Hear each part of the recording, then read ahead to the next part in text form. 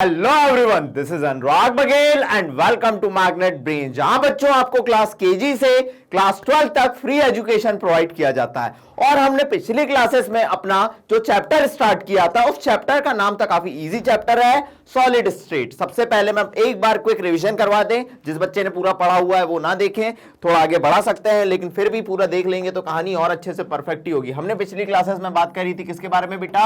Solid के बारे में। सॉलिड जो होते थे हमने डिवाइड करे थे कितने पार्ट में? एक हमने देखा था क्रिस्टलाइन सॉलिड, एक हमने बात करी थी क्रिस्टलाइन सॉलिड की। किसके बारे में बात करी थी? क्रिस्टलाइन सॉलिड के बारे में बात करी थी। एक हमने बात करी थी एमॉर्फस सॉलिड के बारे में, एमॉर्फस सॉलिड के बारे में, ठीक है, एमॉर्फस सॉलिड के बारे में। एमॉर्फस सॉलिड के एग्जांपल कौन कौन थे? जैसे अपने ग्लास थे, प्लास्टिक थे, रबर थे, इनको हमें डिटेल में नहीं पढ़ना, ये स्यूडो सॉलिड है। ट्रू सॉलिड कौन है? Crystalline solid. फिर मैंने आप लोगों को बताया था ये सॉलिड अलग अलग टाइप के हो सकते हैं, जैसे हमने इनको डिवाइड करा किसमें? मॉलिक्यूलर, क्रिस्टलाइन सॉलिड मॉलिक्यूलर हो सकते हैं, आयनिक हो सकते हैं, आयनिक हो सकता है, मेटालिक हो सकता है, मेटालिक हो सकते हैं, या कोवैलेंट या जाइंट सॉलिड हो सकते हैं, कोवैलेंट या जाइंट सॉलिड हो सकते हैं, कोवैलेंट या जाइंट सॉलिड हो सकते हैं। इस पूरी कहानी को डिटेल में हमने पढ़ लिया। अब हमने सॉलिड को पकड़ा, किसी भी सॉलिड को अपन पकड़ लेते हैं, क्रिस्टलाइन सॉलिड को, एमॉर्फस के बारे में अपन बात नहीं कर रहे हैं, उसके बारे में सारी प्रॉपर्टी अपन ने पहले लेक्चर में देख चुके थे, ठीक है। उसके बाद हमने किसी भी सॉलिड को पकड़ा तो हमने देखा कि सॉलिड जो होता है किसी ना किसी कॉन्स्टिट्यूएंट यूनिट से मिलकर बना होता है। सॉलिड किसी ना किसी कॉन्स्टिट्यूएंट यूनिट से मिलकर बना होता है। और जैसे ये मान लीजिए कॉन्स्टिट्यूएंट यूनिट है, ठीक है, जिस पॉइंट पे अगर आपने सॉलिड को फिर देखना शुरू करा, आपने सॉलिड को ऑब्जर्व करना शुरू करा, जिस पॉइंट पे कॉन्स्टिट्यूएंट यूनिट प्रेजेंट होती है उन्हें कहते हैं लैटाइस पॉइंट। उन्हें क्या कहते हैं? लैटाइस पॉइंट, लैटाइस पॉइंट। और ये सारे पॉइंट लैटाइस पॉइंट या लैटाइस साइट नाम दिया जाता था। क्या नाम दिया जाता था? लैटाइस साइट नाम दिया जाता था। क्या नाम दिया जाता था? लैटाइस साइट नाम दिया जाता था। अब ये जो इनका अगर अपन इन सारे पॉइंट का 3 डायमेंशनल अरेंजमेंट देखें, क्या देखें? 3 डायमेंशन। ये तो अपन बोर्ड तो 2D में पढ़ रहे हैं ना। अरे बेटा, मैं 3D इतना बढ़िया आर्टिस्ट थोड़ी ना हूं कि मैं 3D आपके लिए ला दूं सामने, समझ रहे हो ना? मैं 2D में पढ़ा रहा हूं। इनका मैंने मान लीजिए 3 डायमेंशनल अरेंजमेंट देखा, किसका? लैटाइस पॉइंट का या कॉन्स्टिट्यूएंट यूनिट का 3 डायमेंशनल अरेंजमेंट देखा, तो मुझे मिला क्रिस्टल लैटाइस। तो 3 dimensional arrangement of lattice points are known as a crystal lattice. क्या? Crystal lattice. तो समझ पा रहे हो लैटाइस पॉइंट क्या है, क्रिस्टल लैटाइस क्या है, क्रिस्टल लैटाइस क्या है, क्रिस्टल लैटाइस क्या है, क्रिस्टल लैटाइस क्या है? 3 डायमेंशनल अरेंजमेंट होता है। अब हमने देखा कि भैया 3 डायमेंशनल अरेंजमेंट में कुछ अपने को रिपीटेटिव क्या मिल रहे हैं? यूनिट्स मिल रही हैं, जिसे अपन ने नाम दिया था यूनिट सेल। क्या नाम दिया था? Unit cell. जैसे मैंने देखा कि ये 3 डायमेंशनल अरेंजमेंट जब मैं देख रहा हूं तो मुझे कुछ रिपीटेटिव अरेंजमेंट देखने मिल रही है, जो कि एक बेसिक यूनिट है, उसे अपन ने नाम दिया यूनिट सेल। और हमने 4 टाइप की यूनिट सेल के बारे में बात करी। कौन कौन सी 4 टाइप की यूनिट सेल के बारे में बात करी? हमने बात करी सबसे पहले प्रिमिटिव यूनिट सेल या सिंपल क्यूबिक यूनिट सेल, उसके बाद हमने बात करी बॉडी सेंटर्ड यूनिट सेल, उसके बाद हमने बात करी फेस सेंटर्ड यूनिट सेल, और हमने बात करी किसके बारे में? एंड सेंटर्ड यूनिट सेल के बारे में। ठीक है सर, यूनिट सेल के बारे में हमने बात कर ली। इसके अलावा हमने बताया कि ये जो 3 डायमेंशनल अरेंजमेंट है, जो हमें क्रिस्टल लैटाइस कहला रहा है, ठीक है, तो ब्रावेस नाम के साइंटिस्ट है, उन्होंने ऐसी 14 पॉसिबल अरेंजमेंट देखी 7 क्रिस्टल सिस्टम में, और अपने नाम पे ब्राविस लैटाइस नाम दिया। क्या नाम दिया? ब्राविस लैटाइस नाम दिया, जिसे मैं पिछले लेक्चर में आप लोगों से डिटेल में डिस्कस कर चुका हूं। अब आज जो हमें पता करना है, लॉजिक समझना, अब आज जो हमें पता करना है, जैसे मेरा ये simple cubic unit cell, logic समझना, सिंपल क्यूबिक यूनिट सेल है। क्या है? सिंपल क्यूबिक या प्रिमिटिव यूनिट सेल। तो हम लेक्चर में अभी तक देख चुके थे कि ये जो कॉर्नर कॉर्नर पे एटम होते हैं, कॉर्नर कॉर्नर पे जो एटम होते हैं, इनका पार्टिसिपेशन कितना होता है? जल्दी बताइए। 1/8 होता है। मतलब सर ये जो एटम है अकेला सिर्फ इस यूनिट सेल में नहीं पाया जा रहा है। ये यूनिट सेल, तो मैंने क्या बोला, बहुत सारी यूनिट सेल रिपीट होती हैं और हमें सॉलिड मिलता है। हमें क्या मिलता है? सॉलिड मिलता है। एक यूनिट सेल में ये जो एटम आपको दिख रहा है, इस एटम का इस यूनिट सेल में पूरा 1 का 1 पार्टिसिपेशन नहीं है, ठीक है। इसके बगल में भी एटम है, इसके ऊपर भी एटम है, उसके ऊपर भी एटम है, उसके पीछे भी एटम है, उसके पीछे भी एटम है, उसके और भी पीछे एटम है। इसका पार्टिसिपेशन 1/8 होता है, समझना। फिर मैंने बताया था कोई बॉडी के सेंटर में एटम है, मैंने लड्डू खाया, मैंने लड्डू पकड़ा और खा गया, मेरी बॉडी के अंदर चला गया, अब वो किसी से शेयर नहीं हो रहा, इसका पार्टिसिपेशन पूरा 1 का 1 होता है। ये हम पूरे पिछले लेक्चर्स में देख चुके हैं। आज का लेक्चर शुरू करने से पहले ये कहानी पता होना बहुत जरूरी है। इसके अलावा फिर मैंने कहा कि कोई एटम जैसे फेस पे है तो इसके ऊपर भी एक यूनिट सेल होगी, तो फेस के एटम का पार्टिसिपेशन मैंने बताया 1/2, और मैंने कहा कि कोई यूनिट सेल अगर एज में है तो उसका पार्टिसिपेशन मैंने 1/4 बताया। ये कहानी मैंने पिछली क्लास में डिस्कस करी थी। आई होप बच्चों किसी को कोई दिक्कत नहीं हो, बहुत सिंपलेस्ट तरीके से चलूंगा और एकदम तहलकी के साथ अपन फिजिकल केमिस्ट्री और सॉलिड स्टेट को निपटाते हुए चलेंगे। आज हम बता रहे हैं, जैसे मैंने आपसे कहा कि एक यूनिट सेल में मान लीजिए जैसे आपके पास 1 2 3 4 5 6 7 8 एटम है सिंपल क्यूबिक यूनिट सेल में, लेकिन 8 एटम पूरे के पूरे नहीं, नंबर ऑफ इफेक्टिव एटम एक यूनिट सेल में कितने हैं इसके बारे में बात करेंगे। फिर ये जो एटम आपको दिख रहे हैं, समझना, ये एटम आपको दिख रहे हैं, क्या ऐसे ही एटम होते हैं? नहीं, एटम जब अरेंज होते हैं बेटा तो उससे हमें सॉलिड की पैकिंग एफिशिएंसी के बारे में पता चलेगा कि कितने एटम, जैसे ये आपको दिख रहा है, ये एक्चुअल में ऐसा नहीं पाया जाता। इसमें एटम जैसे ये मान लीजिए आपकी एज लेंथ ए है, ये दो atom simple cubic unit cell में एक दूसरे को टच करते हैं, मतलब सर अभी तक तो हमने सरफेस से बात करी थी, अब हम डेप्थ में जाके बात करेंगे। लॉजिक ऐसा समझना, एक यूनिट सेल है उसमें एटम है, अपने रूम है, ये रूम है मेरा, रूम क्यूबिक है, ठीक है। इस रूम में मान लीजिए मैं एक कुर्सी लाके रख दिया, मैंने एक टेबल लाके रख दी, एक सोफा लाके रख दिया, समझ रहे हो ना, मतलब कुछ ना कुछ लाके रखा, तो जो जगह ऑक्यूपाई हुई वो है पैकिंग एफिशिएंसी। लेकिन ऐसी जो कुछ जगह खाली है, जो जगह खाली रह गई वो कहलाएगी वॉइड। हर सॉलिड में जब हम डेप्थ में घुस के देखते हैं उसके यूनिट सेल को, जो कि उसकी एक बेसिक यूनिट होती है, तो हमें पता चलता है कि जब हम देखेंगे तो हर यूनिट सेल में पैकिंग एफिशिएंसी अलग आती है। पैकिंग एफिशिएंसी मतलब जहां एटम प्रेजेंट है, और जहां नहीं प्रेजेंट है वो क्या कहलाता है? अपना वॉइड कहलाता है, वॉइड परसेंटेज अलग आता है। इसी कहानी को डिटेल में अब अपन समझते हैं, तो अपनी कॉपी और पेन निकाल लीजिए और फुल एनर्जी फुल जोश के साथ मेरे संग शुरू हो जाइए। तो बात करते हैं टाइप्स ऑफ यूनिट सेल। अपन वैसे भी देख चुके हैं टाइप्स ऑफ यूनिट सेल कौन कौन से होते हैं, लेकिन उन यूनिट सेल में पैकिंग फ्रैक्शन कितना होगा, और तो और number of effective atom per unit cell क्या होंगे। क्या बोल रहा हूं?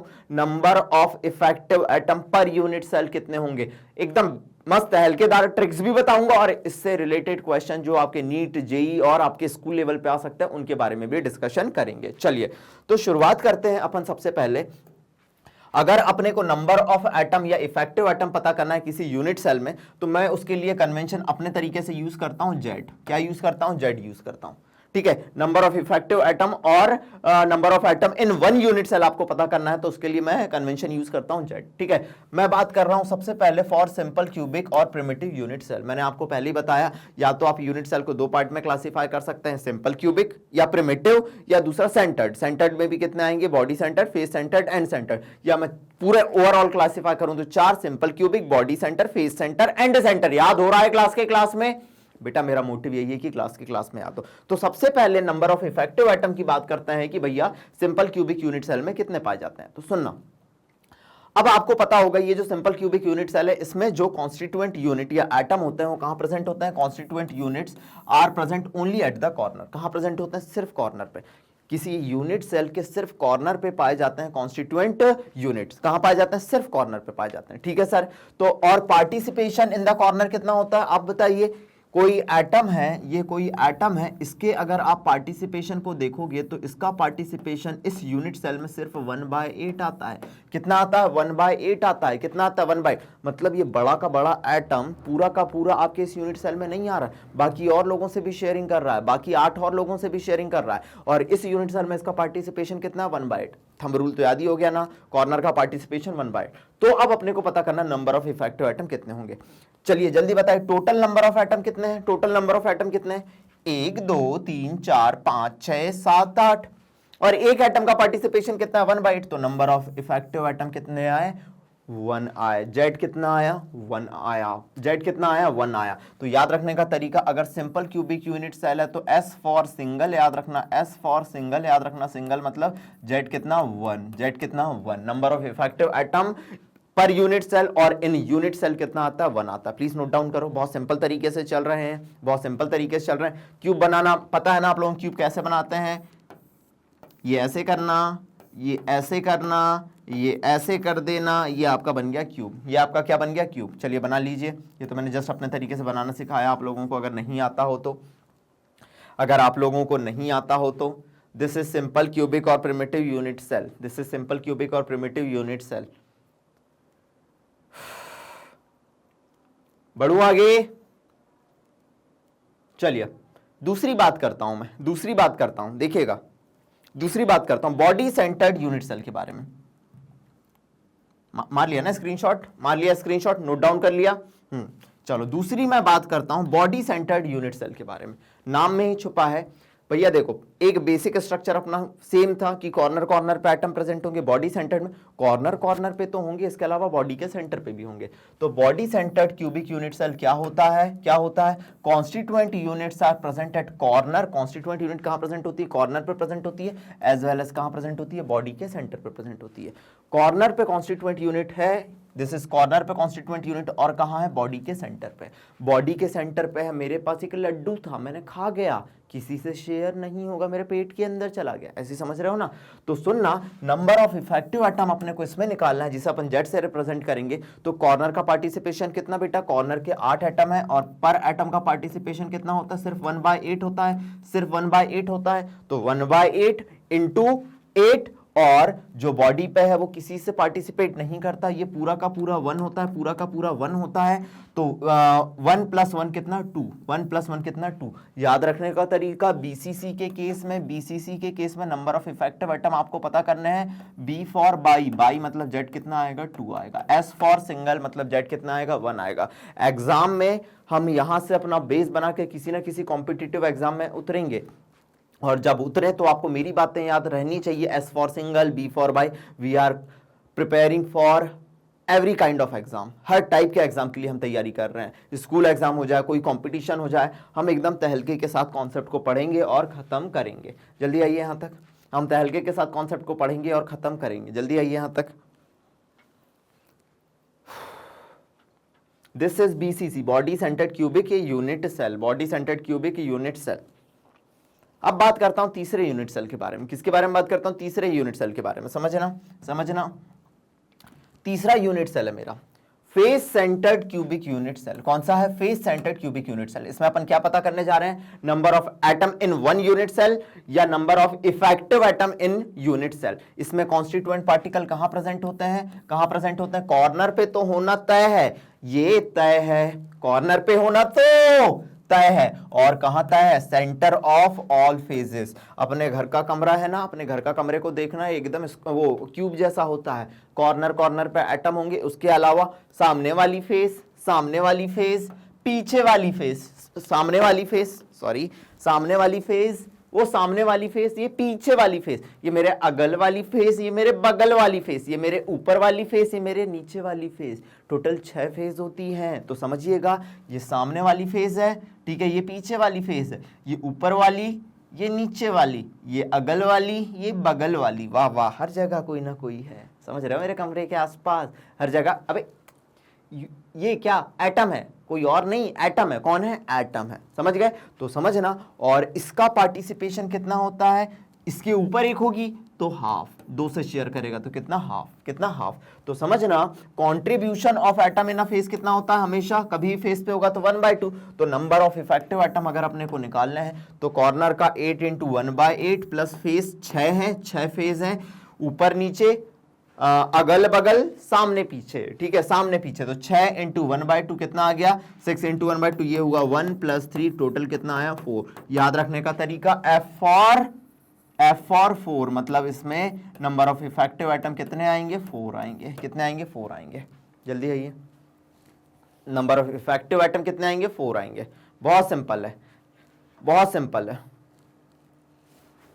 ठीक है। अपन ने कन्वेंशन जेड यूज करा, अलग अलग बुक्स में अलग अलग दिया हो सकता है, लेकिन अपने को ना चिंता करना है ना घबराना है, ठीक है। कर लिया नोट डाउन? कर लिया नोट डाउन? चलो ध्यान दीजिएगा, ठीक है। नेक्स्ट चैप्टर के बारे में बात करते हैं। नेक्स्ट चैप्टर के बारे में बात कर रहा हूं, कह रहा हूं नेक्स्ट यूनिट सेल के बारे में बात करते हैं, ठीक है। नेक्स्ट यूनिट सेल जो है अपनी, कौन सी है? नेक्स्ट यूनिट सेल जो है अपनी, वो है for end centered cubic unit cell. ये अपने इसमें बहुत कम है, बहुत ही कम क्रिस्टल सिस्टम में देखी जाती है, बहुत ही कम क्रिस्टल सिस्टम में देखी जाती है। इसको इतना डिटेल में अपने को वैसे भी नहीं पढ़ना है, लेकिन सुन लो, एटम कहां प्रेजेंट होता है, सीयू मतलब कॉन्स्टिट्यूएंट यूनिट प्रेजेंट होती है कॉर्नर पे, ठीक है, कहां प्रेजेंट होती है, कॉर्नर पे, एज वेल एज किसी भी दो अपोजिट एंड पे प्रेजेंट हो सकती है, किस पे, किसी भी दो अपोजिट एंड पे प्रेजेंट हो सकती है, किसके, फेसेस के। देखिए कॉन्स्टिट्यूएंट यूनिट कॉर्नर कॉर्नर पे, इसके अलावा नीचे वाली फेस, ऊपर वाली फेस, इधर भी हो सकती है, इधर भी हो सकती है, इधर भी हो सकती है, इधर भी हो सकती है। क्लियर है। अब अपने को पता करना है नंबर ऑफ इफेक्टिव एटम कितना है, पता करना नंबर ऑफ इफेक्टिव एटम कितना है। तो कॉर्नर के लिए क्या देखते हैं, 8 इंटू 1/8, कितना देखते हैं, 8 इंटू 1/8। एंड के लिए कितना देखते हैं, जो एंड पे प्रेजेंट है 2 है, और उसका इसका पार्टिसिपेशन कितना होता है, 1/2, तो ये कितना आ गया, 2 आ गया। तो एंड सेंटर्ड के लिए कितना होता है, 2 होता है, कितना होता है, 2 होता है। अब एक चार्ट बनाना, अब एक चार्ट बनाना, ठीक है, पहले इसे उतारो, पहले इसे उतारो, पहले इसे उतारो, ठीक है। बहुत सिंपल तरीके से अपने को करते हुए चलना है, बहुत सिंपल तरीके से अपने को करते हुए चलना है। कर लिया, मार लिया स्क्रीनशॉट। अब एक चार्ट बनाना, एक चार्ट,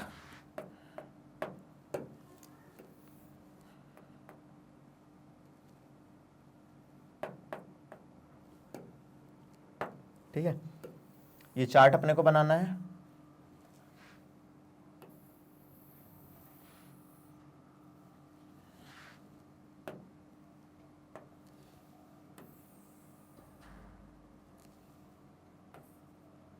ठीक है, अब आपको एक साइड लिखना है यूनिट सेल, क्या लिखना है, यूनिट सेल, और एक साइड लिखना है नंबर ऑफ इफेक्टिव एटम या Z, number of effective atom या जेड, इफेक्टिव एटम या जेड लिखना है। ठीक है, यूनिट सेल अपनी सिंपल क्यूबिक, सिंपल क्यूबिक, तो एस फॉर सिंगल, तो इसके लिए कितना आया, जेड कितना आया, 1। दूसरा लिखना body centered, body centered, B मतलब कितना, बाई, बी मतलब कितना, बाई मतलब कितना आया, 2। तीसरा आया face centred, face centred, face centred, ठीक है, एफ मतलब 4 याद रखना, इसके लिए लिखना 4। अगला आया and centred, and centred, and centred, इसके लिए कितना आया अपना, 2 आया। ये चार्ट बना लेना, अपन ने चीजों को समराइज कर दिया, ये चार्ट बना लेना, अपन ने चीजों को समराइज कर दिया। क्लियर है, क्लियर है, उतार लिया यूनिट सेल और उसमें number of effective atom, number of effective atom. अब इन यूनिट सेल को पकड़ रहा हूं। अब एटम का अरेंजमेंट आपको तो पता चल चुका है, लेकिन ये एटम मिलके कितनी पैकिंग दे रहे हैं। मैंने अभी आपसे कहा ना, मेरा कमरा है, मेरी मम्मी ने मेरे को मेरा कमरा खाली बना हुआ आके दिया, मेरा मन करा कि इसमें मैं सोफा रखूंगा, इसमें मैं टीवी लगाऊंगा। समझते चलना कहानी है, जैसे इस कमरे में मैंने सोफा रखा, टीवी लगाई, पलंग रखा, सोऊंगा कहाँ में, पलंग चाहिए मुझे, ठीक है, स्टडी के लिए टेबल चाहिए। ये सारा सामान मिला के मुझे लगा कि मेरे रूम का पैकिंग, पैकिंग कितने परसेंट आ रही है, मेरे रूम की पैकिंग आ रही है 40%, मतलब बाकी बचा हुआ 60% क्या खाली जगह है, उसे कहेंगे वॉइड। क्या कहेंगे, वॉइड। ऐसे ही अपन पर यूनिट सेल को देखेंगे, एक एक यूनिट सेल को देखेंगे और पता करेंगे एटम जब प्रेजेंट है तो भैया एटम जब प्रेजेंट है तो उनका पैकिंग फ्रैक्शन कितना आ रहा है, ठीक है, पैकिंग परसेंटेज कितना आ रहा है, पैकिंग एफिशिएंसी कितना आ रहा है, और वॉइड जो बचा हुआ खाली स्थान है वो कितना आ रहा है। डरने की बात नहीं है, बहुत सिंपल कॉन्सेप्ट अब अपन पकड़ने जा रहे हैं। क्लियर है, बहुत सिंपल कॉन्सेप्ट पकड़ने जा रहे हैं। आई होप यहां तक की कहानी आप लोगों को क्लियर होगी।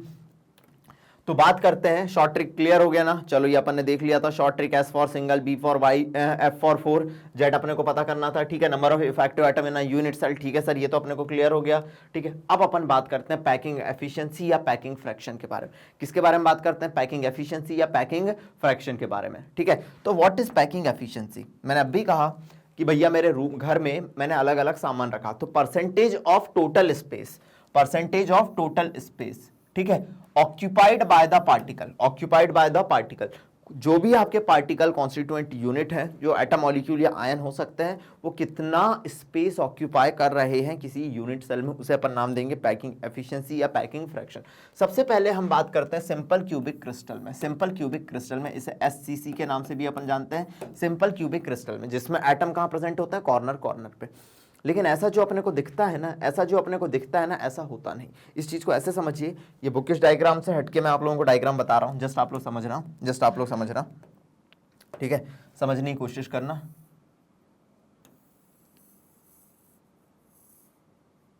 ठीक है, कॉन्स्टिट्यूएंट पार्टिकल,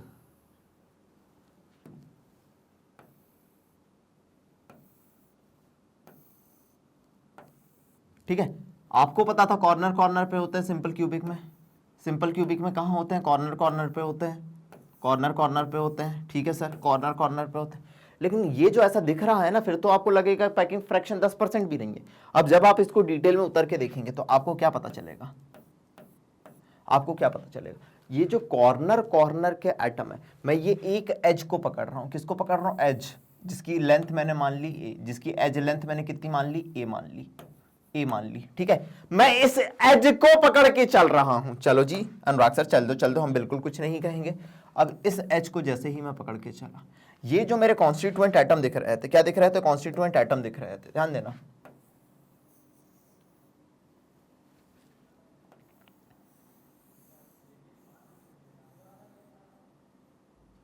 ठीक है, समझना। एज लेंथ कितनी है मेरी, एज लेंथ कितनी है मेरी, एज लेंथ है ए, एज लेंथ है ए, ठीक है। ये जो एटम है, ये जो एटम है एक दूसरे को टच कर रहे हैं, जैसे कि आपको यहां दिख रहा था ना एक दूसरे से दूर, मैं यहां तू वहां जिंदगी है कहां, ऐसा नहीं है, एक दूसरे के बहुत करीब है, वो एक दूसरे को टच कर रहे हैं। क्या बोला मैंने, corner corner atom touches each other. अगर इस एटम की रेडियस आर है, इसकी आर है, तो एज लेंथ और रेडियस में रिलेशन कितना होता है, ए इज इक्वल टू 2r के बराबर होता है। किसके बराबर होता है, ए इज इक्वल टू 2r के बराबर होता है। इतना अगर समझ गए हो तो इसको तो देखना वही चीज आपकी उधर लिखी हुई है कि इसमें क्या होता है, कॉर्नर कॉर्नर के एटम टचेस ईच अदर, इसी को अपन ने यहाँ पे बड़ा करके दिखाया, ये एटम ठीक है एक दूसरे को टच कर रहे हैं, ये एटम एक दूसरे को टच कर रहे हैं, ये एटम एक दूसरे को टच कर रहे हैं। और अगर इस एटम की रेडियस आर है, इसकी आर है, तो एज लेंथ ए जो है किसके बराबर होगी, 2r के बराबर होगी। याद रखना कहानी क्या पूछी जाती है हमेशा, अगर रेडियस दी हुई है तो एज लेंथ आपको निकालते आना चाहिए, एज लेंथ है तो रेडियस निकालती आनी चाहिए, ठीक है, समझ आ रहा है। ए इज इक्वल टू 2r के बराबर है, मतलब एज लेंथ सर हमारे पास ए दी हुई है और रेडियस आर दी हुई है, रेडियस आर दी हुई है, तो सर मैं ये बोल सकता हूं कि रेडियस किसके बराबर हो जाएगी, a/2 के, रेडियस किसके बराबर हो जाएगी, मैं ये भी कह सकता हूं अगर मेरे पास a is equal to 2r है तो r किसके बराबर हो सकता है, a/2 के। यस सर बिल्कुल हो सकता है, बिल्कुल हो सकता है। This is very important concept, पहले इतना नोट डाउन करो, this is very important concept, पहले इतना नोट डाउन करो। चलिए देख लिया, सिंपल क्यूबिक यूनिट सेल में ए किसके बराबर होता है, एज लेंथ किसके बराबर होता है, हमेशा 2r के बराबर होता है, corner corner atom touches each other. अब कहानी को मैं आगे बढ़ाऊं, हमें अल्टीमेटली इस यूनिट सेल में सारे एटम को मिला के पैकिंग फ्रैक्शन देखना है, देखना पैकिंग एफिशिएंसी देखना है। तो मैं कह सकता हूं ए किसके बराबर है, 2r के बराबर है, बिल्कुल कह सकता हूं।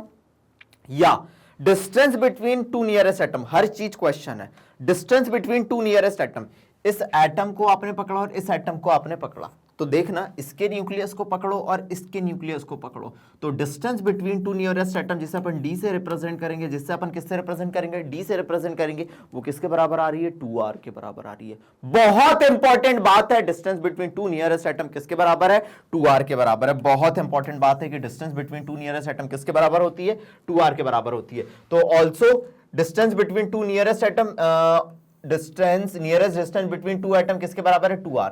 इसी को समझना, वो एग्जामिनर है तुम्हारे इमोशन के साथ खेलेगा जब आप कंपटीशन पे उतरोगे, इसी को बोलते हैं distance of closest approach, distance of closest approach. Question कराऊंगा चिंता ना करो, इसी को बोलते हैं डिस्टेंस ऑफ क्लोजेस्ट अप्रोच, ठीक है, वो किसके बराबर है, 2r के बराबर है, ठीक है।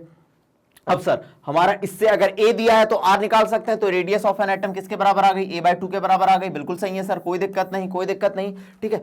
अब अपने पास दो चीजें हैं, एक यूनिट सेल है, ठीक है, और एक एटम है। यूनिट सेल क्यूब के फॉर्म में दिख रही है। अभी एक एक कॉन्सेप्ट समझते चलना। अगर आपसे पूछे volume of unit cell, volume of simple cubic unit cell, तो volume of simple cubic unit cell को अपन कैपिटल V से रिप्रेजेंट करते हैं। किससे रिप्रेजेंट करेंगे, कैपिटल V से रिप्रेजेंट करेंगे। और क्यूब का वॉल्यूम A इंटू A के बराबर होता है। ये किसके बराबर हो गया, A क्यूब के बराबर हो गया, और A किसके बराबर है, 2r के बराबर है, तो यहां पे लिख दिया 2r के होल क्यूब के बराबर। या इसको मैं ये भी लिख सकता हूं 8r क्यूब, 8r क्यूब। ये आ गया वॉल्यूम ऑफ यूनिट सेल। मुझे वॉल्यूम ऑफ यूनिट सेल पता चल चुका है, ये पूरे का वॉल्यूम पता चल चुका है इस यूनिट सेल का। इसके अलावा अब मुझे एटम का वॉल्यूम पता करना। एटम गोला है, गोला है, गोले का वॉल्यूम कितना होता है, 4/3 pi r cube, 4/3 pi r cube. मतलब मैं लिख सकता हूं 4/3 पाई आर की जगह मैं a/2 का होल क्यूब या सिंपली 4/3 पाई आर क्यूब भी लिख सकता हूं। दोनों में फॉर्मूले यूज कर सकता हूं, सिचुएशन पे डिपेंड करेगा।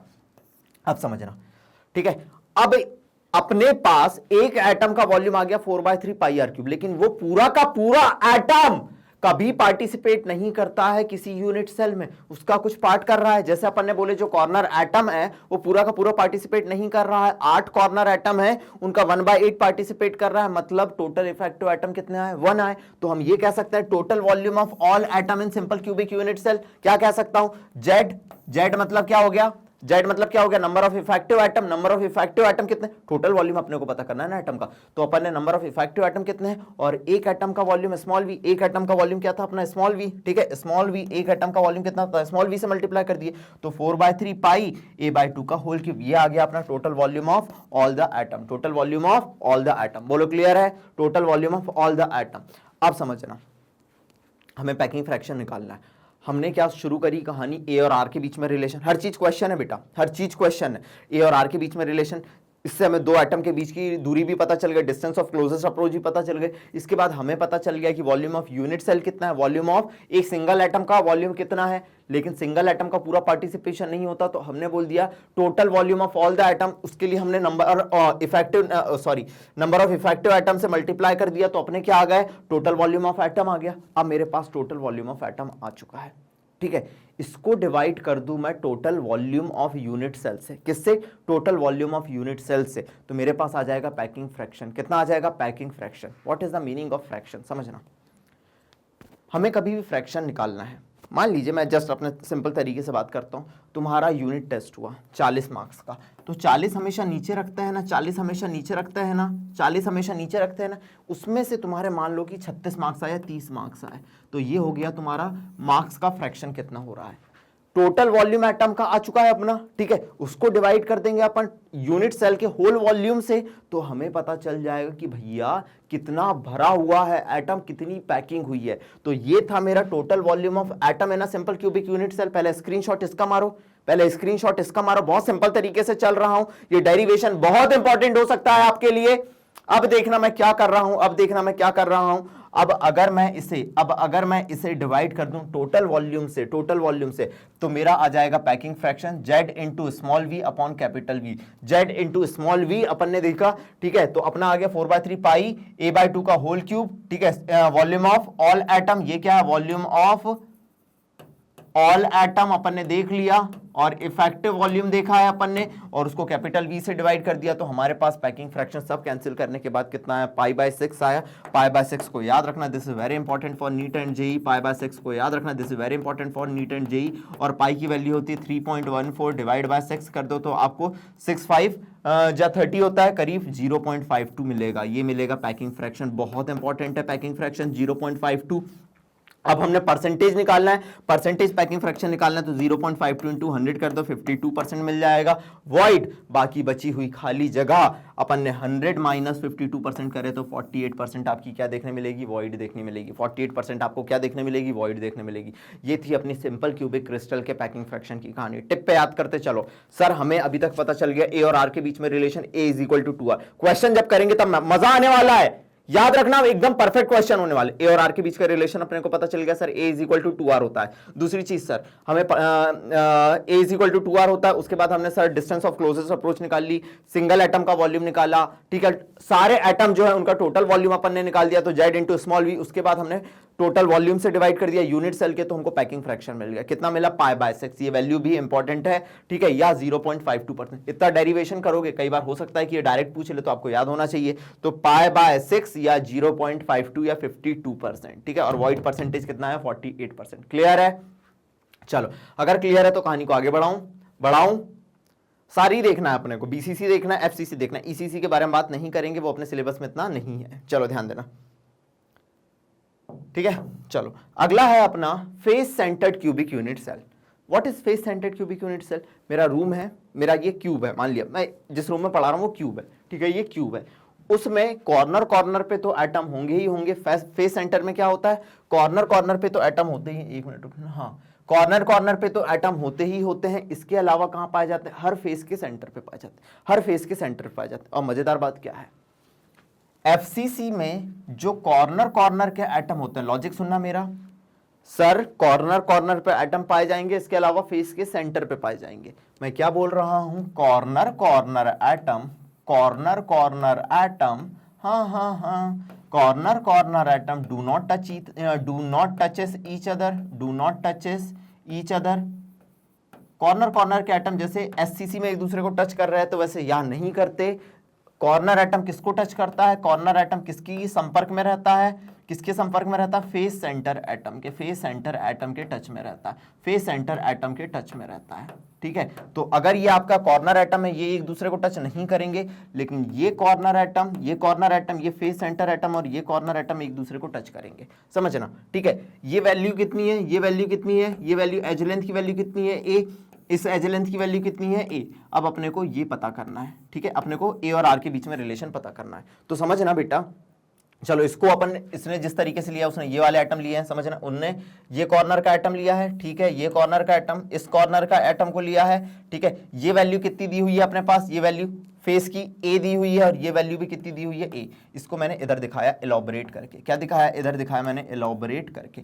तो आप देख पा रहे होंगे ये कॉर्नर का एटम, ये साइड वाला, ये फेस सेंटर एटम और ये कॉर्नर एटम एक दूसरे को टच कर रहे हैं। ठीक है, इसकी रेडियस आर, ठीक है, यहाँ पे आर नहीं, इसकी भी आर, इसकी भी आर और इसकी भी आर, 4r, 4r। ठीक है, किसके बराबर है? ए इधर, ए इधर, ए इधर, ए इधर। मतलब मैं अगर पाइथागोरस थ्योरम लगाऊं तो भैया हाइपोटेन्यूज का स्क्वायर 4r का whole square is equal to a का square plus b square, a का स्क्वायर प्लस बी स्क्वायर। ठीक है, सॉरी, ए का स्क्वायर प्लस ए का स्क्वायर, ए का स्क्वायर प्लस ए का स्क्वायर, मतलब 4r square is equal to 2a का स्क्वायर, 2a का स्क्वायर मतलब 4r। अगर इधर अंडर रूट करा तो अंडर रूट 2a। तो रिलेशन क्या होता है? r और a के बीच में 4r is equal to under root of a, under root 2a। वहां r और a के बीच में रिलेशन क्या था? a is equal to 2r। यहां क्या है? 4r is equal to root 2a। This is very important relation. Question solve करना है तो r पता है तो a पता होना चाहिए, a पता है तो r पता होना चाहिए। This is very important relation, please note down करें। 4r is equal to root 2a, 4r is equal to root 2a, very important relation, please note down करें।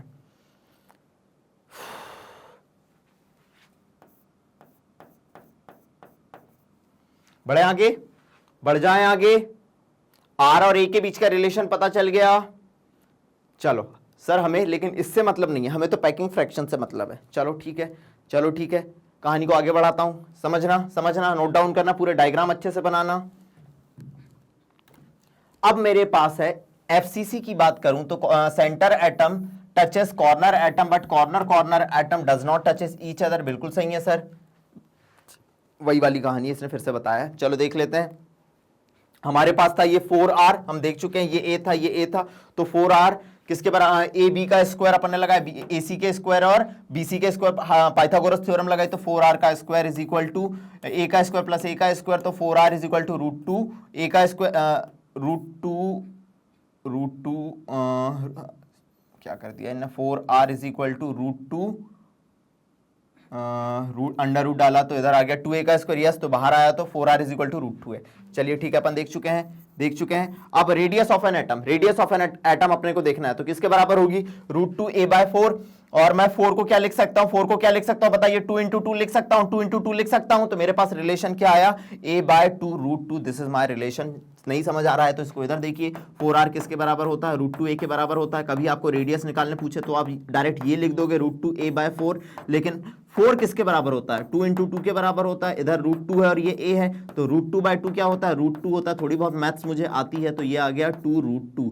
रेडियस कई बार पूछी जाती है, कितनी आ गई? 2 रूट 2 आ गई। कितनी आ गई? 2 रूट 2 आ गई। बहुत, a बाय 2 रूट 2। वहां पे किसके बराबर थी रेडियस? रेडियस थी a बाय 2 के। यहां किसके बराबर? a बाय 2 रूट 2 के। बहुत इंपॉर्टेंट कहानी है एफसीसी की। अभी हमने r और a के बीच का रिलेशन पता करा है, जस्ट अपन देख चुके थे कहानी, बस इस कहानी को नोट डाउन कर लेना। हमने r और a के बीच का रिलेशन पता कर लिया है। आप लोगों को नोट्स भी देने रहते हैं, इसीलिए पूरी कहानी को अपने को यहाँ लिखना पड़ता है, नहीं तो मैं लिख के बताना ज्यादा प्रेफर करता हूँ। ठीक है, अब समझिएगा, अब समझिएगा।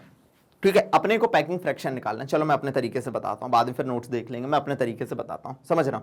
ठीक है, रेडियस ऑफ एन एटम निकाल लिया आपने।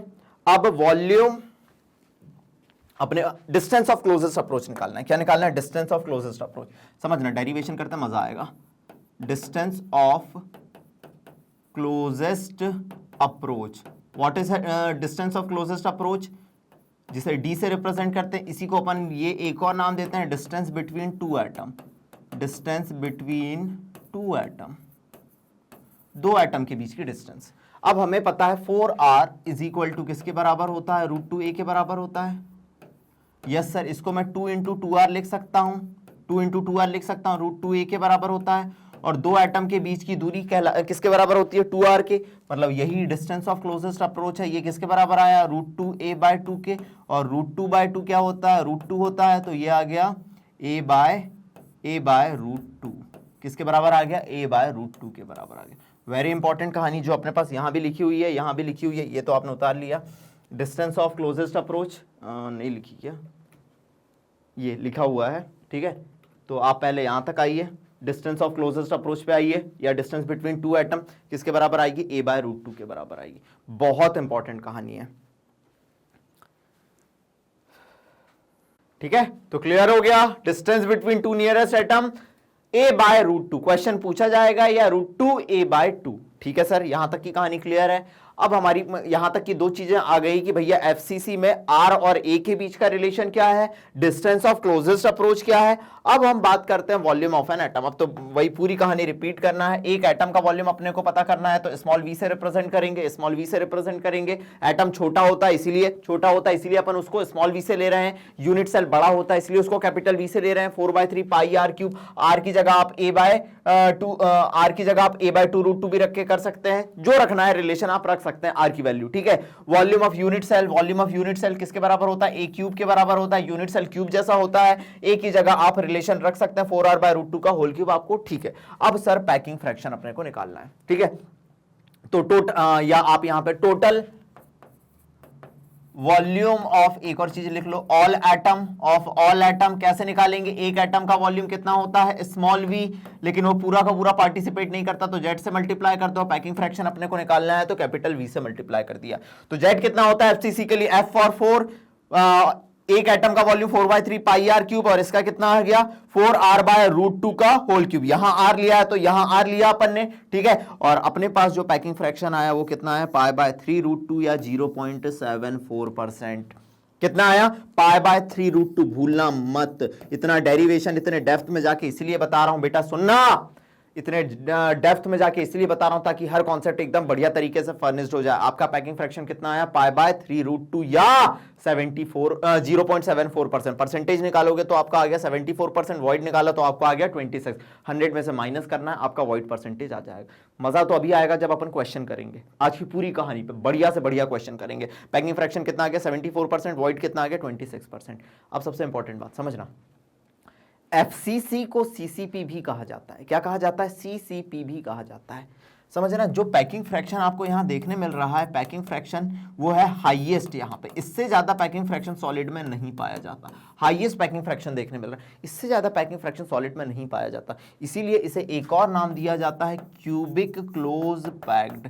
क्या नाम दिया जाता है, क्यूबिक क्लोज पैक्ड, सीसीपी। क्या नाम दिया जाता है, क्यूबिक क्लोज पैक्ड या सीसीपी। क्यों, क्योंकि जो पैकिंग फ्रैक्शन होता है वो कैसा होता है, हाईएस्ट होता है। जल्दी आइए। पैकिंग फ्रैक्शन हाईएस्ट होता है, इसीलिए इसे एक और नाम दिया जाता है, क्यूबिक क्लोज पैक्ड। इस डेरिवेशन को बहुत अच्छे से समझना। What is packing fraction, Z into small we upon capital V, ठीक है सर। पूरी कहानी अपन ने डिटेल में देख ली, चलिए चलिए बढ़े आगे, बढ़ जाएं आगे। चलो नेक्स्ट उसकी बात करता हूं, नेक्स्ट कॉन्सेप्ट की बात करता हूं। देखिएगा, उतार लिया ना, स्क्रीनशॉट मार लू ना। नेक्स्ट कॉन्सेप्ट देखिएगा मेरा, as packing fraction is 74%, that's why it is known as a cubic close packed. Packing fraction 74% होता है, जो कि कैसा होता है, हाईएस्ट होता है, इसीलिए इसे क्या नाम दिया जाता है, क्यूबिक क्लोज पैक्ड नाम दिया जाता है। अब बात करें डिस्टेंस बिटवीन 2 नियरेस्ट एटम, ये अपन देख चुके हैं, हटाओ इसे, ये अपन देख चुके हैं, a/√2। क्लियर है। चलो आगे बढ़ाता हूं कहानी को। नोट डाउन यहां तक अपन ने कर ही लिया था, यहां तक आ गया था ये। Next, body centred cubic unit cell में अब अपन पैकिंग फ्रैक्शन निकालने जा रहे हैं। समझना, बड़ी इंटरेस्टिंग बात है, ठीक है। Body centred cubic unit cell को आप देखोगे, इसमें भी कॉर्नर पे तो एटम होते हैं और बॉडी के सेंटर में एटम होता है। कहां होता है, कॉर्नर पे तो एटम होते हैं और बॉडी के सेंटर में एटम होता है। मजेदार बात यह है, कॉर्नर कॉर्नर के एटम कभी भी एक दूसरे को टच नहीं करते हैं, लेकिन कॉर्नर का एटम बॉडी सेंटर एटम और कॉर्नर के एटम को टच करता है। लॉजिक समझना, लॉजिक समझना, समझना, यहां पे एम्फेसाइज कर रहा हूं। ये कॉर्नर का एटम मेरे रूम में, ये रूम में कॉर्नर का एटम, कॉर्नर कॉर्नर के एटम टच नहीं कर रहे। ये कॉर्नर का एटम साइड में देख रहे हो, ये बॉडी सेंटर एटम और वो कॉर्नर का एटम। यहां से शुरू करूंगा वहां तक जाऊंगा मैं, क्लियर है? तो भैया r इसका रेडियस 2r और उसका रेडियस r कितना हो गया 4r। गेटिंग माय पॉइंट और नॉट? 4r, ठीक है। उस कमरे की एज लेंथ कितनी हुई a मेरे पास इस कोने से शुरू करा, मैं यहां तक गया r 2r r, ठीक है। अब इस कमरे की एज लेंथ कितनी हुई है, इस यूनिट सेल की एज लेंथ कितनी हुई a। अब इन दोनों को जब मिलाएंगे तो ये √2a आएगा। कितना आएगा? √2a आएगा। लॉजिक समझना, बहुत इंपॉर्टेंट बात कर रहा हूं। ये कॉर्नर का एटम, ये एटम और ये एटम एक दूसरे को टच कर रहे हैं, ठीक है, टच कर रहे हैं। तो देखना r r r, ठीक है। अब जो अपना डायगोनल बना उसकी डिस्टेंस कितनी है? √2a और इसकी ये एक यूनिट, उसकी डिस्टेंस कितनी है? a। कितनी है? a। नहीं समझ आया तो इसको मैं एक बार और क्यूब के जरिए समझाता हूं आपको। चलिए देखिएगा, मेरे पास मान लीजिए ये क्यूब है। क्या है? क्यूब है, ठीक है। मैं बीसीसी की बात कर रहा हूं। लॉजिक समझना, ये कॉर्नर पे एटम है। कहां एटम है? ये कॉर्नर पे एटम है मेरा, ये, ठीक है। वही कॉर्नर एटम का पार्टिसिपेशन 1/8। मैंने ये डब्बा खोला, अंदर साइड मेरा एक एटम है। तो मैंने ये कॉर्नर एटम अंदर का बॉडी सेंटर एटम और इस कॉर्नर एटम को टच कर रहा है। गेटिंग माय पॉइंट और नॉट? अभी भी समझ पा रहे हो? नहीं, ये corner atom body centre atom और इसको टच कर रहा है। अब मुझे ये तो पता चल गया कि भैया ये कॉर्नर एटम, ये बॉडी सेंटर एटम और ये कॉर्नर एटम कितना हो गया? r 2r और r, ये भी कितना होगा अपना? r होगा, ये हो गया 4r, ठीक है। अब मुझे ये डिस्टेंस निकालनी है। कौन सी डिस्टेंस निकालनी है? ये डिस्टेंस निकालनी है। कौन सी डिस्टेंस निकालनी है? ये किसके बराबर है? a के बराबर है। लेकिन ये किसके बराबर होगी सर? तो इसको अगर आप पाइथागोरस थ्योरम से निकालने की कोशिश करेंगे a तो ये किसके बराबर होगी? √2a के। इसे मैंने लिखा है √2a। बहुत इंपॉर्टेंट कॉन्सेप्ट है ये। अगर इसे नहीं समझ पाए तो कोई चीज मतलब बीसीसी में वैसे कोई दिक्कत नहीं होगी, लेकिन इसे समझना काफी ज्यादा जरूरी है। तो लॉजिक समझिएगा, हमारे पास अब अपने को पता चल गया कि ये ए बी सी है। पाइथागोरस थ्योरम लगा दी मैंने इसमें, ए बी का square is equal to AC square plus BC square, AC square plus BC square. तो 4R square is equal to a का स्क्वायर प्लस √2a का स्क्वायर। तो अपने पास किसके बराबर आ गया? 4R is equal to √3a के बराबर आ गया। लॉजिक सुनना, SCC सिंपल क्यूबिक क्रिस्टल की बात कर रहे थे तो A और R के बीच में रिलेशन क्या था? A is equal to 2R।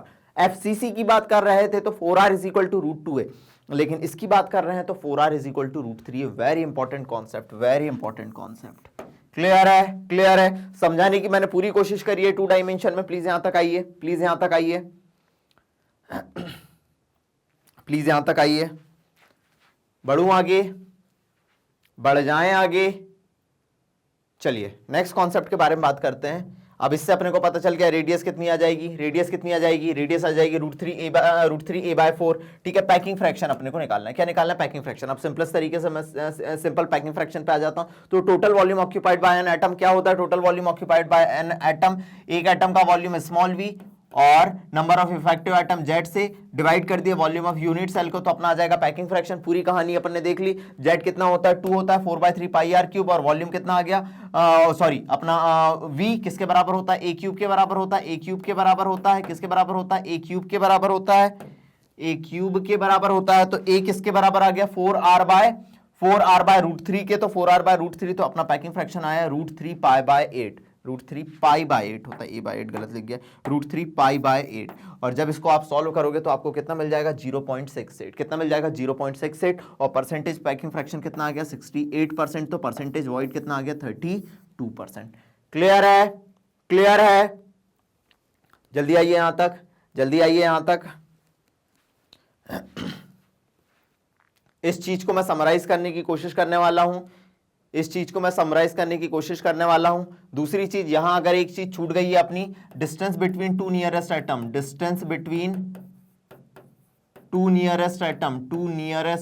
दो नियरेस्ट एटम के बीच की डिस्टेंस, ठीक है, या इसी को बोलते हैं distance of closest approach. Distance of closest approach, क्या बोलते हैं, डिस्टेंस ऑफ क्लोजेस्ट अप्रोच जिसे अपन रिप्रेजेंट करते हैं डी से।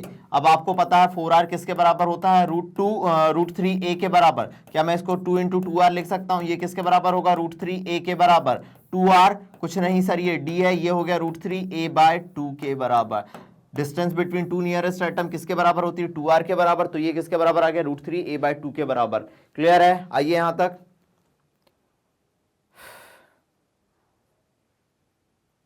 बढ़ू आगे, चलो देखना उतार लिया।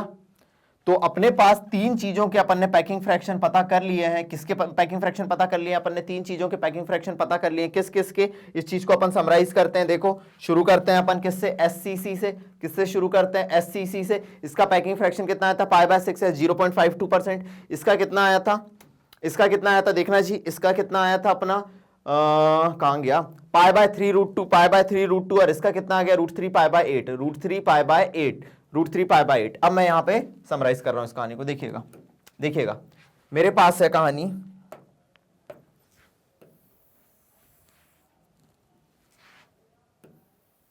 बस इसे याद रख लेना आप लोग।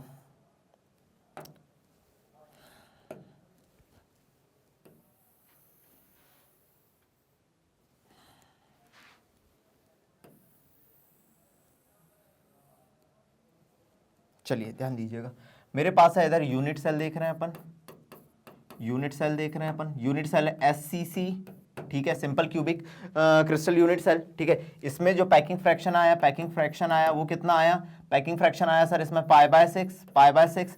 परसेंटेज में बात करें तो कितना देखने मिलता है अपने को, 52%। कितना देखने मिलता है, 52%, ठीक है। बीसीसी की बात करूं तो मेरे को कितना देखने मिला, अब भी अपन ने देखा बीसीसी की अगर अपन बात कर रहे थे, √3π/8 जब इसको सॉल्व करा आपने तो ये कितने परसेंट मिला, 68% मिला। कितने परसेंट मिला, 68% मिला। आप एफसीसी की बात करोगे तो इसमें कितना आया था, π/3√2 जब आपने इसकी बात करी तो ये आपको 74% मिला। चलो सर, ये बात हो गई अपने पैकिंग फ्रैक्शन की। अब अगर मैं वॉइड की परसेंट की बात करूं, किसकी बात करूं, वॉइड परसेंट की बात करूं, वॉइड परसेंट की बात करूं, तो इसमें कितना देखने मिलता है मुझे, 48%। कितना देखने मिलता है, 48%। इसमें कितना देखने मिलता है, 32%। इसमें कितना देखने मिल रहा है, 26%। इसमें हाईएस्ट पैकिंग फ्रैक्शन देखने मिल रहा है, इसीलिए इसे क्या नाम दिया जाता है, जल्दी बताइए। इसीलिए इसे अपन ने एक और नाम दिया था, सीसीपी। क्या नाम दिया था, सीसीपी, क्यूबिक क्लोज पैक्ड। क्या नाम दिया था, क्यूबिक क्लोज पैक्ड। पहले जैसे इन अ नटशेल या समरी अपनी बहुत इंपॉर्टेंट समरी है ये, क्वेश्चन पे क्वेश्चन आएंगे इससे, बहुत इंपॉर्टेंट समरी है ये, क्वेश्चन पे क्वेश्चन आएंगे इस पे। पहले इसे उतारो। दूसरी समरी जो मैं आपको बताना चाह रहा हूं बहुत इंपॉर्टेंट है वो कहानी भी। पहले इसे उतारो जल्दी से, उतार लिया। चलिए ध्यान देना। दूसरी कहानी है distance between two nearest atom. किसकी बात कर रहे हैं अपन, डिस्टेंस बिटवीन टू नियरेस्ट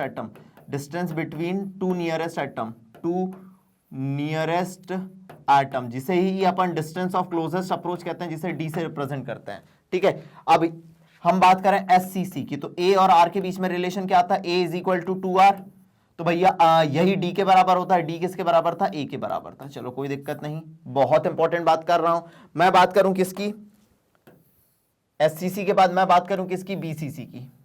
किसकी बात करूं मैं, बीसीसी की बात करूं।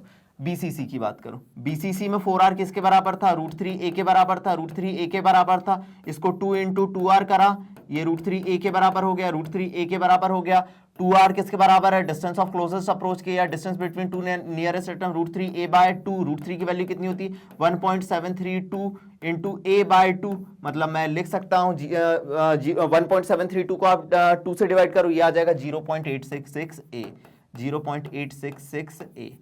और देखते चलना। अब मैं बात करूं किसकी, एफसीसी की बात करूं। एफसीसी की बात करूं, हर क्वेश्चन बहुत इंपॉर्टेंट है अपने आप में। एफसीसी की बात करूं, इसमें 4r किसके बराबर होता है, √2a के बराबर होता है। मतलब इसको मैं 2 × 2r लिख दूं तो ये किसके बराबर हो गया, √2a के बराबर हो गया।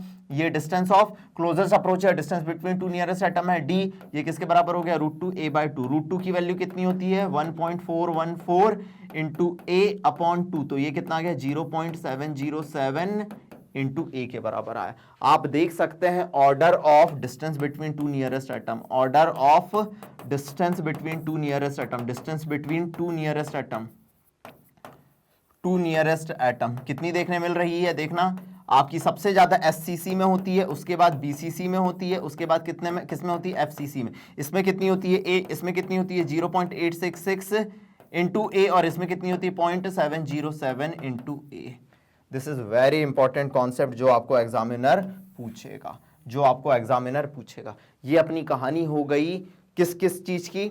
हमने देख लिया sir number of effective atom, बार बार बोल रहा हूं, एससीसी में कितना 1, बीसीसी में कितना 2, एफसीसी में कितना 4। पैकिंग फ्रैक्शन अपन ने देख लिया, एक में देखने मिल रहा है अपने को कितना 52% एससीसी में, बीसीसी में 68% और एफसीसी में कितना 74%। इतना देख लिया। ए और आर के बीच का रिलेशन, एससीसी में a is equal to 2r, BCC में 4r इज इक्वल टू √3 और एफसीसी में 4r is equal to √2a। Distance between two nearest atom देख ली, सारा अपन ने सब कुछ देख लिया। अब इस पे बेस्ड अपने पुराने क्वेश्चन अपने टर्म 1 एग्जाम में या टर्म एग्जाम में कैसे आ सकते हैं, बोर्ड एग्जाम में कैसे आ सकते हैं, इसके अलावा नीट और जेई में कैसे आ सकते हैं, उनके बारे में अपन डिस्कस करेंगे। क्या इसे नोट डाउन कर लिया आप लोगों ने? क्या इसे नोट डाउन कर लिया आप लोगों ने? तो बढ़ाता हूं कहानी को आगे।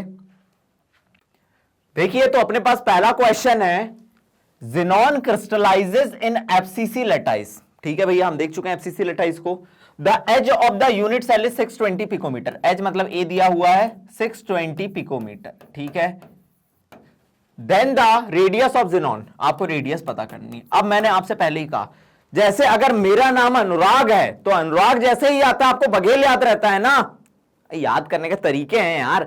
तो वैसे ही अगर ए दिया है तो आर याद रहना चाहिए, और अगर ए से आर याद है तो 4r is equal to √2a याद रहना चाहिए एफसीसी के लिए।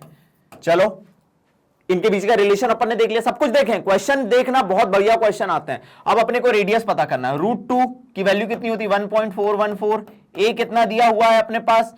एजलन दिया 620 पिकोमीटर। पिकोमीटर में आंसर पूछा है, डिवाइड बाय 4 करा अपन ने। डिवाइड बाय क्या करा अपन ने? 4 करा। चलो कैलकुलेट करते हैं अपन इसे। 4 से इसे कैंसिल करा अपन ने, 4 1 जा 4 बचा 2, 4 5 जा 20 बचा 2, 4 5 जा 20। 155 मल्टीप्लाई बाय 1.414। चलो करके देखते हैं, कितना आंसर आ रहा है। 155 इंटू 1.414, ये आ रहा है 219.17 पिकोमीटर। ये होगी radius of Xenon atom. 219 answer दिया, 220 पिकोमीटर, तो आंसर होगा ए। आंसर होगा ए। आपको क्वेश्चन सॉल्व करना सीखना है मेरे संग। आपको अप्रोच में बताते चल रहा हूं, अलग अलग वैरायटी के क्वेश्चन करेंगे और तहलका मचा देंगे। आंसर होगा ए 220 पिकोमीटर। आंसर क्या होगा? ए 220 पिकोमीटर। नोट डाउन कर लीजिए, 220 पिकोमीटर आंसर होगा ए 220 पिकोमीटर। क्लियर है? अगले क्वेश्चन की तरफ बढ़ जाऊं, चलिए नेक्स्ट क्वेश्चन के बारे में बात करते हैं। देखना नेक्स्ट क्वेश्चन क्या है मेरा। N alloy of copper. अब मजा आने वाला है, सुनना। इस क्वेश्चन से पहले मैं आपको एक थंब रूल जो हमेशा मैं बताता हूं कि कोई एटम है, कोई यूनिट सेल है, मान लीजिए यूनिट सेल में अगर कॉर्नर पे एटम है कंट्रीब्यूशन 1/4, एच पे एटम है कंट्रीब्यूशन 1, फेस पे एटम है कंट्रीब्यूशन 1/2, सेंटर पे एटम है 1। ठीक है, तो an alloy of copper silver and AU होगा। Copper silver and AU is found to have copper constituting CCP lattice. Copper बना रहा है CCP लटाइस, कॉपर बना रहा है CCP, इसी को अपन बोलते हैं FCC। मतलब नंबर ऑफ इफेक्टिव एटम इसके कितने होंगे? Z कितना होगा? 4। नंबर ऑफ इफेक्टिव एटम कितने होंगे? 4 होंगे। सिल्वर ऑक्यूपाई कर रहा है एज सेंटर। सिल्वर क्या ऑक्यूपाई कर रहा है? एज का सेंटर। ऐसे कितने एज होते हैं समझिएगा। अगर आप किसी कमरे को उठाएंगे, जैसे इसको मैं आपने उठा लिया, इसके एज पता करना है अपने को। एज का कंट्रीब्यूशन 1/4 है। 1 एज, 2 एज, 3 एज, 4 एज, 5 6 7 8 और नीचे के 4, टोटल 12 एज होते हैं। समझना कि टोटल कितने एज होते हैं? 12 एज होते हैं। अगर 12 एज होते हैं और एज का कंट्रीब्यूशन 1/4 है तो ये कितना हो गया भैया? 3। सिल्वर कितना आ गया? 3। और गोल्ड ऑक्यूपाई कर रहा है बॉडी के सेंटर पे, मतलब बॉडी के सेंटर पे लड्डू है, लड्डू को खा लिया तो किसी से शेयर नहीं होगा, गोल्ड है 1। तो फॉर्मूला आया अपना Cu4Ag3Au1। आप चेक कर लीजिए, ये आंसर होगा। और इस टाइप के क्वेश्चन नीट और जेईई में बहुत पूछे जाते हैं। Cu4Ag3Au1 आंसर होगा सी। आंसर क्या होगा? सी होगा अपना। प्लीज नोट डाउन करें इसे। बढ़िया वैरायटी का क्वेश्चन है। Alloy of copper silver and gold is found to have copper constituting CCP lattice, silver constituting edge centre and gold is presented the body centre, then formula of alloy. Answer होगा सी। Answer क्या होगा? सी होगा। Clear है? Answer क्या होगा अपना? सी होगा। बढ़े आगे, बढ़ जाएं आगे। चलो नेक्स्ट क्वेश्चन के बारे में बात करता हूं। उतार लिया। नेक्स्ट क्वेश्चन है मेरा, कोई सॉलिड है बीसीसी स्ट्रक्चर बना रहा है, ठीक है भैया। If the distance of closest approach, समझे? डिस्टेंस ऑफ क्लोजेस्ट अप्रोच, वो एग्जामिनर पूछ रहा है। डिस्टेंस ऑफ क्लोजेस्ट अप्रोच मतलब डिस्टेंस बिटवीन टू एटम, जो किसके बराबर होती है? डी के बराबर। डी किसके बराबर होता है? 2r के बराबर होता है। चलो पहले मैंने लिख दिया, ठीक है। डी अपने को पता करना है, नहीं दिया हुआ है 1.73 एंगस्ट्रॉम, तो एज लेंथ आपको पता करना है। बीसीसी के लिए 4r किसके बराबर होता है? बी है, तो कभी कंफ्यूज मत होना। बी 3 जैसे दिखता है तो यहां पे आ गया √3 है।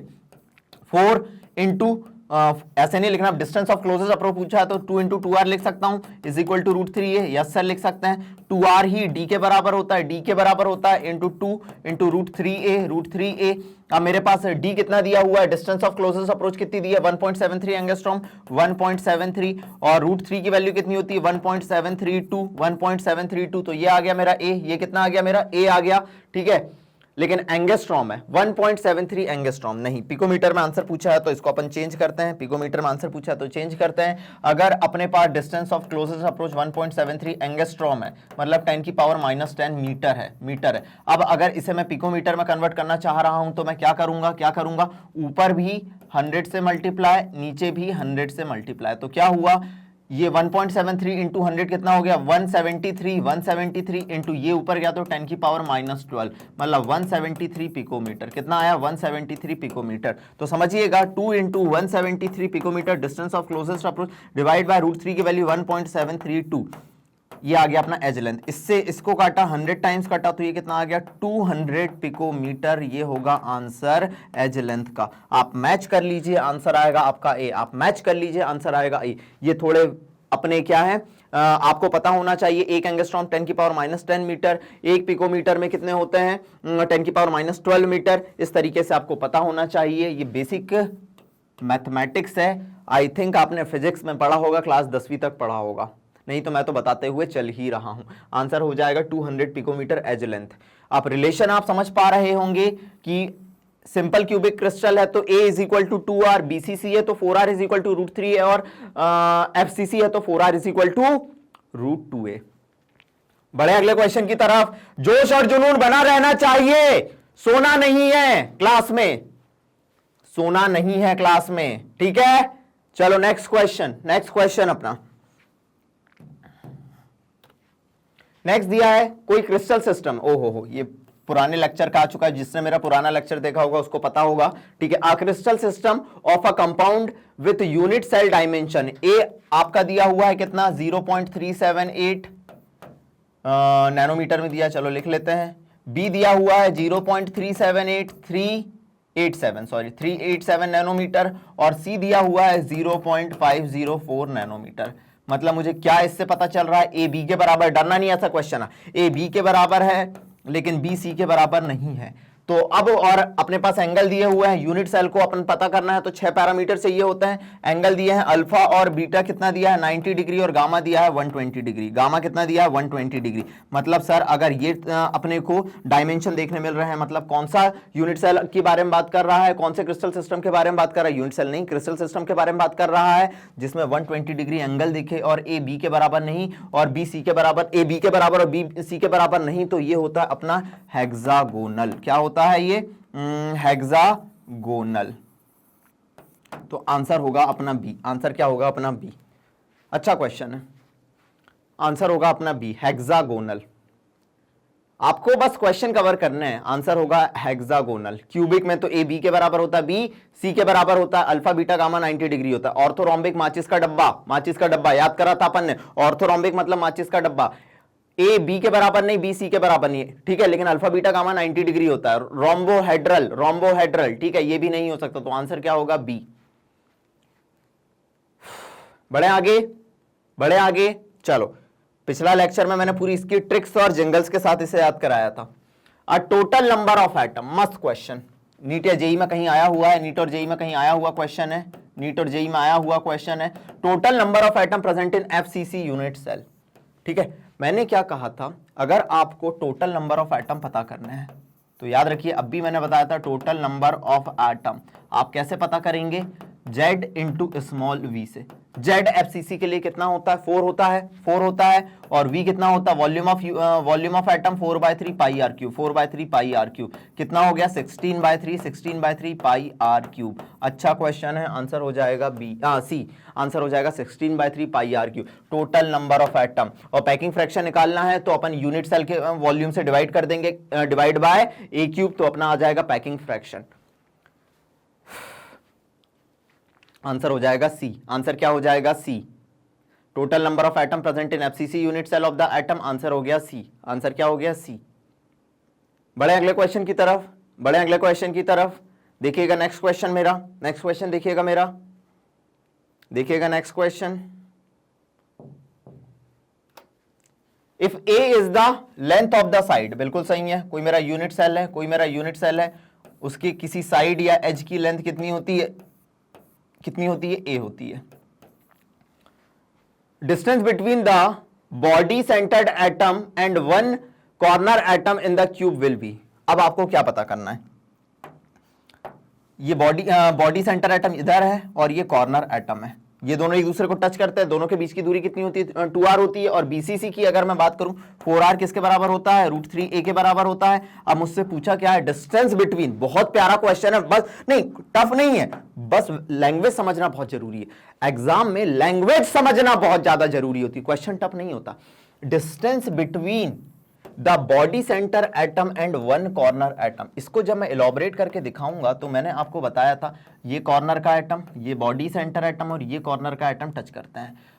अब आपका ये बॉडी सेंटर एटम है, कौन सा एटम है, बॉडी का सेंटर एटम है, बॉडी सेंटर एटम है, और ये कॉर्नर एटम है। इन दोनों के बीच की दूरी अगर आप देखोगे तो ये डिस्टेंस ऑफ क्लोजेस्ट अप्रोच या दो एटम के बीच की दूरी के बराबर होती है। इसकी रेडियस भी r, इसकी रेडियस भी r। ठीक है, यही पूछा है उसने। अब मैं इसको लिख सकता हूं 2 × 2r is equal to √3a, √3a।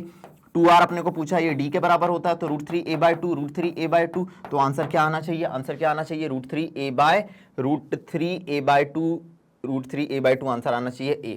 Answer क्या आना चाहिए, √3a/2। बढ़िया क्वेश्चन। आइए आइए, बोला ना जब लेक्चर खत्म होगा तब आपको पूरा कॉन्फिडेंस आ जाएगा कि कहानी में मजा आ गया है। बढ़े आगे, बढ़ जाएं आगे। नेक्स्ट क्वेश्चन है अपना, a metal crystallises with FCC cubic lattice, the edge of the unit cell is 408 picometre, the distance the diameter of metal atom. अलग अलग वैरायटी के क्वेश्चन मैंने पकड़े, अब डायामीटर उसने पूछ लिया, सेम वही कहानी है। एफसीसी की बात करें तो भैया जब भी एफसीसी की बात करें, जैसे अनुराग बोले तो बघेल याद आता है, एफसीसी बोले तो 4r is equal to √2a याद आना चाहिए। 4r 2 × 2r, ठीक है, is equal to √2a। Diameter क्या होता है, डायामीटर किसके बराबर होता है, इसके बराबर होता है, डी के बराबर होता है। डायामीटर डी किसके बराबर होता है, 2r के बराबर होता है। मतलब मैं लिख सकता हूं 2r ये डायामीटर है और ये 2 × √2a, मतलब मेरे पास √2 की वैल्यू कितनी होती है, 1.414। ए कितना दिया हुआ है, एज लेंथ कितनी दी हुई है, 408 पिकोमीटर। 408 डिवाइड बाय 2 कर दिया तो ये आ गया 204 मल्टीप्लाई बाय 1.4, तो आपको आंसर मिल जाएगा 204 डिवाइड बाय 1 मल्टीप्लाई बाय 1.4। ये तो मिल नहीं सकता, ये मिल नहीं सकता, ये मिल नहीं सकता, आंसर मिलेगा 288 पिकोमीटर, 288 पिकोमीटर। अब आपको समझ आएगा किस किस वैरायटी के क्वेश्चन आते हैं, आप मास्टर बन जाओगे, ये बात याद रखिएगा। मास्टर मतलब टीचर नहीं, मास्टर मतलब अपने सब्जेक्ट में मास्टर। Getting it? चलो नेक्स्ट क्वेश्चन, बस खत्म होने वाला है। नेक्स्ट क्वेश्चन, इस सब टॉपिक पे अपन ने महारत हासिल कर ली है, कैसे क्वेश्चन आते हैं। नेक्स्ट क्वेश्चन है अपना, lithium metal crystallises in BCC lattice. जितनी वैरायटी क्वेश्चन मिले मैंने आपके लिए ले आया हूं। If the edge length of lithium is, a दिया हुआ है 351 पिकोमीटर। आप समझना ऐसे ही क्वेश्चन आते हैं। बीसीसी की बात कर रहा है, मतलब 4r इज इक्वल टू किसके बराबर हो गया, √2a के बराबर हो गया। अब अपने पास क्या पूछ रहा है, रेडियस पूछ रहा है, रेडियस पूछ रहा है। √2 × a कितना दिया हुआ है, 351 डिवाइड बाय 4, 351 डिवाइड बाय 4, ठीक है। √2 की वैल्यू कितनी होती है, 1.414। 351 डिवाइड बाय 4 कर दिया अपन ने, डिवाइड बाय 4 कर दिया। चलो कैलकुलेशन कर देते हैं, कैलकुलेशन अपन इसकी कर देते हैं। जैसे ही अपन कैलकुलेशन करने जाएंगे, 351 इंटू 1.414 इज इक्वल टू इतना डिवाइड बाय 4, ये आ गया 124।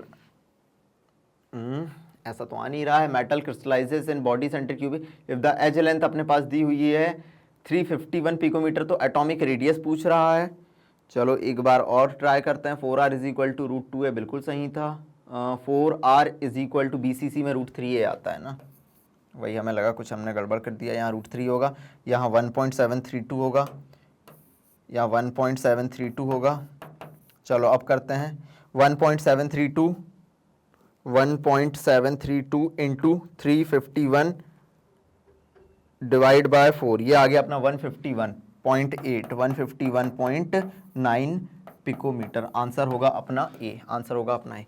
इस तरीके से हमारे BCC FCC लेटाइस के पैकिंग फ्रैक्शन और उससे रिलेटेड जो भी क्वेश्चन थे वो हमने देख लिए। आई थिंक इस कॉन्सेप्ट में और इस टॉपिक में आपको कोई दिक्कत नहीं हुई। कि सबसे पहले कमेंट सेक्शन में बताना कोई दिक्कत तो नहीं हुई, मजे के साथ कॉन्सेप्ट हुआ या नहीं हुआ। अब बढ़ाते हैं कहानी को आगे और इस कहानी को विराम अपन यहीं पे देते हैं। इसी के साथ हमने सॉलिड स्टेट जो शुरू करा था, हमने क्रिस्टलाइन सॉलिड और एमॉर्फस सॉलिड के बारे में बात करी। क्रिस्टलाइन सॉलिड के डिफरेंट टाइप देखे, उसके बाद हमने क्रिस्टल लेटाइस क्या होता है, लेटाइस पॉइंट क्या होता है, उनके बारे में डिस्कस करा। अलग अलग टाइप के क्रिस्टल लेटाइस के जो 14 अरेंजमेंट थे ब्रेविस लेटाइस, उनको हमने डिस्कस करा। उसके बाद हमने किसी सॉलिड को पकड़ा, सॉलिड में पैकिंग फ्रैक्शन, पैकिंग एफिशिएंसी क्या होती है, ठीक है, नंबर ऑफ इफेक्टिव एटम क्या होते हैं वो अपन ने देखा। और इस सारी कहानी में हमने महारत हासिल कर ली है। अब आप तैयार हैं अपने लिए? कमेंट सेक्शन में बताइएगा ये जानकारी आपको कैसी लगी। और जैसे कि मैं हमेशा बात करता हूं, मैग्नेट ब्रेन आपको क्लास KG से क्लास 12 तक फ्री एजुकेशन प्रोवाइड कर रहा है। इसके अलावा इसके अलावा हम जैसे NTSC, IIT JEE और नीट में भी कदम रख रहे हैं। हमने NTSC पे कदम रख दिया है। आपको क्या करना है, जो डेली बेसिस पे वीडियो आ रहे हैं, कई बार अगर आपको वीडियो फाइंड होने में या करने में दिक्कत होती है तो आपको कुछ नहीं करना है। कमेंट में ये नहीं बोलना है कि सर वीडियो नहीं मिल रहे हैं। जो बच्चा नया है उसको सुनना जरूरी है ये बात। जो अगर बच्चा बोल रहा है कि मुझे वीडियो नहीं मिल रहे हैं, तो आप हमारी ऐप पे जा सकते हैं या आप हमारी वेबसाइट www.magnetbrains.com पे जा सकते हैं। आपको एक ऐसा पेज ओपन होगा, आपको कुछ नहीं करना है, आपको सिंगल क्लिक मारना है क्लास 12 या क्लास 11 पे, जैसे कि मैं दोनों क्लासेस ले रहा हूं। आप जैसे ही सिंगल क्लिक करेंगे, मैं और जितने भी सब्जेक्ट एक्सपर्ट हैं आपको पढ़ाते हुए दिख जाएंगे। जैसे 12th फिजिक्स का SC वर्मा का कोर्स चल रहा है, 12th फिजिक्स का पार्ट 1 ये चल रहा है, 12th फिजिक्स का पार्ट 2 ये चल रहा है। मैंने फिजिकल केमिस्ट्री जैसे पढ़ा रहा हूं, पहला चैप्टर शुरू करा, आपको वॉच नाउ पे जाना है। इसके अलावा बाकी और ऑर्गेनिक केमिस्ट्री में आप देख सकते हैं, और जितने भी सब्जेक्ट हैं आपको यहां मिल जाएंगे। आप जैसे ही सिंगल क्लिक करेंगे आपको चैप्टर, जैसे कि अपना पहला चैप्टर स्टार्ट हुआ है, ये आपको चैप्टर मिल जाएगा। और इस चैप्टर में अभी तक जितने लेक्चर हुए हैं वो आपको मिल जाएंगे। आपको सिंगल क्लिक करना है, जैसे ही आप सिंगल क्लिक करेंगे आपको मैं पढ़ाता हुआ दिख जाऊंगा। इसके अलावा बेटा मैंने जो 1 शॉट रिवीजन वीडियो आप लोगों के लिए कराए हैं, क्या कराए हैं, 1 शॉट रिवीजन वीडियो कराए हैं, उसका भी एक हमने फोल्डर बना के रखा है, ताकि अगर आप एग्जाम के आखिरी दिन तैयारी कर रहे हैं तो 1 शॉट पे जाइए। जैसे ही जाएंगे, ठीक है, 1 शॉट के चैप्टर वाइज आपको रिवीजन वीडियोस यहां मिल जाएंगे। ठीक है, सॉलिड स्टेट का अपना ऑलरेडी बना हुआ है। इसी के साथ आपको सिंगल क्लिक में मैं पढ़ाता हुआ दिख जाऊंगा। अगर आप चैनल पे नए हैं तो चैनल को सब्सक्राइब करना ना भूलिए, और हमारी जो फ्री एजुकेशन का मोटो है, जिसे हम क्वालिटी के साथ आपको प्रोवाइड कर रहे हैं, उसे लोगों तक शेयर करिए। और अगर यहां तक अभी तक आ ही गए हो तो भैया कमेंट सेक्शन में बताइए कहानी कैसी लगी, और वीडियो को लाइक करके ही जाइए। मिलते हैं अगले लेक्चर में फुल जोश और जुनून के साथ। तो तब तक पढ़ते रहिए, खुश रहिए। Thank you so much.